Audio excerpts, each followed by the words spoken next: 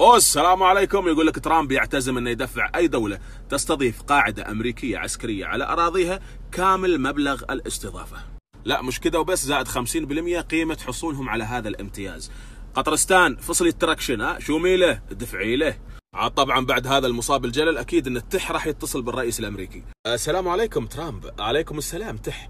هل ممكن ان تلغي هذا القرار؟ بليز لا، بليز لا، بليز لا. ما منين اجيب منين؟ شنو هالحاله هذه؟ ترامب يبي فلوس وتركيا تبي فلوس وشريفه تبي فلوس. والله اكاد اجزم ان هذه دعوه الجمعه على كل منبر. هذه دعاوى الشعوب والبلادين اللي سعيتوا في تدميرها.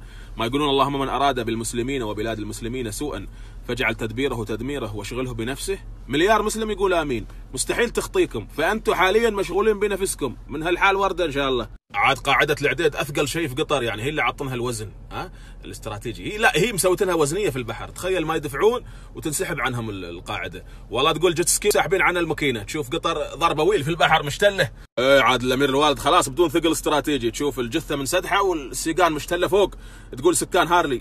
لا بس رغم كل الظروف قطر لن تويل في البحر ولن تميل. نعم جمال ريان يعبي الاطراف رمل وخلاص تتوازن. خيمه مكشات هاي مو بدوله.